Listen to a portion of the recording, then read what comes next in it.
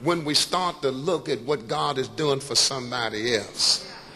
Now, all along I've been talking about what happens on the outside, but even in the fellowship, even in the household of faith, if you're not careful, when you're going through a season of drought, when you're in a dry place and doubt sets in and defeat is knocking on your door, while at the same time somebody else is experiencing something that looks like prosperity, you almost have to force yourself to be happy with them.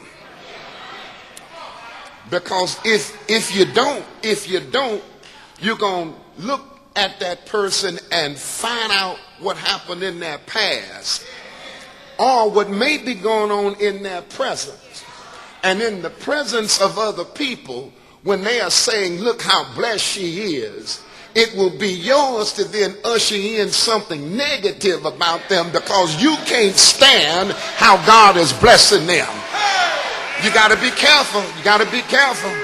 And sometimes when we don't have anything good to say about anybody, you ought to learn how to just keep your mouth shut.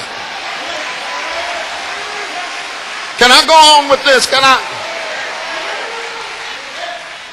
And if blessings are happening in the circle that you hang out with, you ought to be happy about that, because if you're in that circle, it's hard for people in the circle to be blessed and then you not be blessed.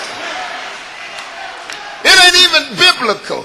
It's biblical that if I'm in the circle and others in that circle being blessed, how am I going to be missed if I'm in the circle? I'm blessed just by being in the circle.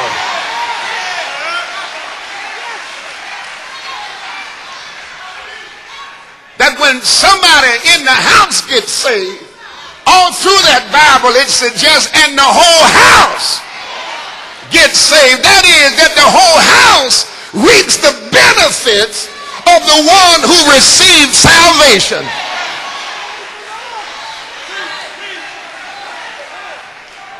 A whole lot of stuff would have happened in my family if it had not been for somebody praying long before I got saved. Lord have mercy.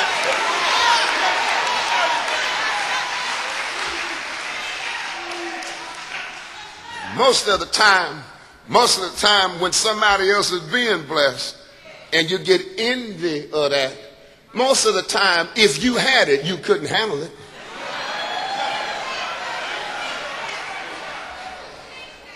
You can't run nobody else's race. You can't carry nobody else's load. You ought to tell your neighbor, I'm doing as best I can trying to carry mine. That was a long sentence there. I know that was as best I can. That, you know, if you could condense that, then help yourself. But you got all you can handle trying to carry what God has given you. And then when you really look at yourself, you're not doing that bad. You're not doing that bad. I don't care what anybody else is doing. God has not forgotten you.